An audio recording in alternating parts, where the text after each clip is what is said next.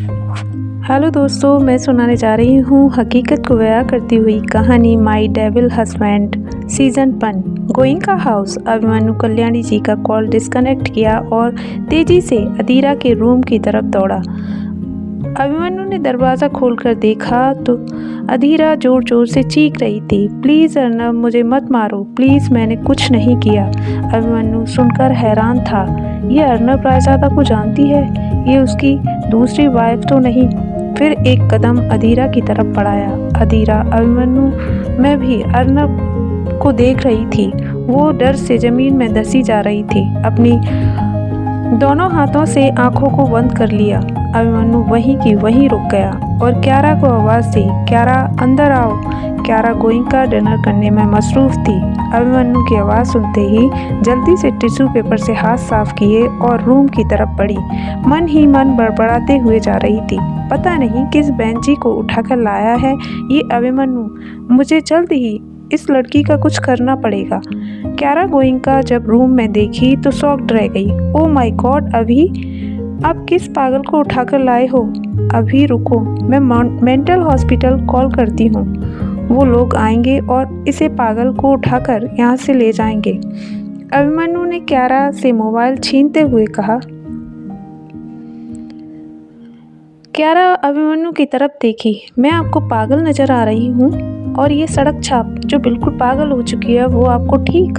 अभिमन्यु गुस्से से बोला, जस्ट शट अप क्यारा, मैंने तुम्हें इसलिए नहीं बुलाया था, वो मेरे पास जाने से और घबरा रही है, इसलिए तुम उसके पास जाओ और वो तुम्हारे उस सो कॉल्ड हस्बैंड का नाम ले रही है। क्यारा ने जब ये सुना तो उसके पैरों तले ज़मीन खिसक गई। ये सच में कोई पागल है या पागल तो कुछ बोल भी नहीं सकता ना। अभिमन्यु ने डेविल स्माइल दी, एब्सोल्युटली राइट। फिर क्यारा के पास आया और क्यारा का हाथ जोर से पकड़ते हुए मरोड़ा। क्यारा जोर से चीखी, बहुत दर्द हो रहा है। अभी क्यों? तुम तो पागल नहीं हो, फिर क्यों चीख रही हो? जोर से झटका। क्यारा दीवार से जाकर लगी और फिर रोते हुए ज़मीन पर बैठ गई। तभी अदीरा ने अपने आंसू को पोंछते हुए क्यारा के पास आई। तुम डरो मत, मैं तुम्हारे साथ हूँ, ये सारे मर्द एक जैसे होते हैं। क्यारा ने अदीरा को दोनों हाथों से धक्का दिया। तुम जैसी लड़कियों को मैं अच्छी तरह से जानती हूँ, तुम जरूर उस अर्नब रायज़ादा ने भेजी होगी ताकि अभी मुझसे दूर चला जाए। अदीरा की आंखें बड़ी हो गईं, हकलाते हुए बोली, तुम उस अर्नब रायज़ादा को जानती हो? कहते हुए घुटनों के बल ज़मीन पर बैठ गई। मैं तो सोची थी कि मैं उस दुनिया से बहुत दूर आ चुकी हूँ, पर मैं तो फिर उसी दलदल में जाकर फंस गई। अदीरा अभिमन्यु की तरफ देखी। अभिमन्यु अदीरा को घूर रहा था।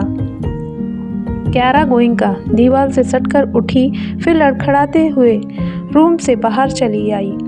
मुझे कैसे भी करके ये लड़की अर्नब रायज़ादा तक पहुंचानी होगी, वरना ये मेरे रास्ते का कांटा बनकर मेरे सिर पर बैठी रहेगी। अदीरा अभिमन्यु के आगे हाथ जोड़ते हुए बोली, प्लीज़ मुझे जाने दो, प्लीज़। अभिमन्यु ने दरवाजे की तरफ इशारा करते हुए कहा, जाओ।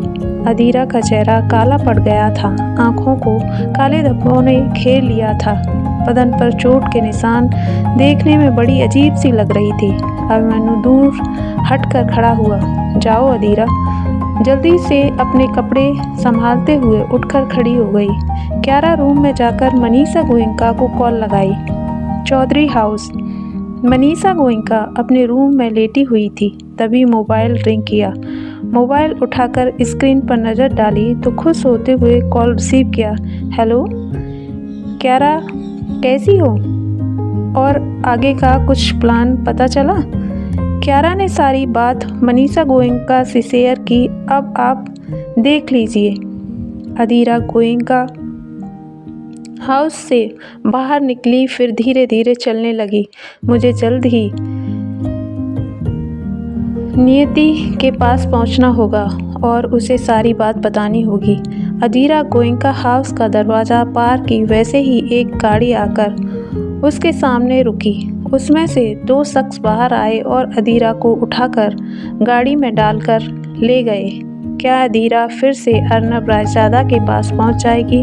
जानने के लिए सुनते रहिए अगले पार्ट में। अगर ये पार्ट आप लोगों को अच्छा लगे तो प्लीज़ लाइक कीजिए, कमेंट कीजिए, चैनल को सब्सक्राइब कीजिए, अपना ढेर सारा प्यार दीजिए। धन्यवाद।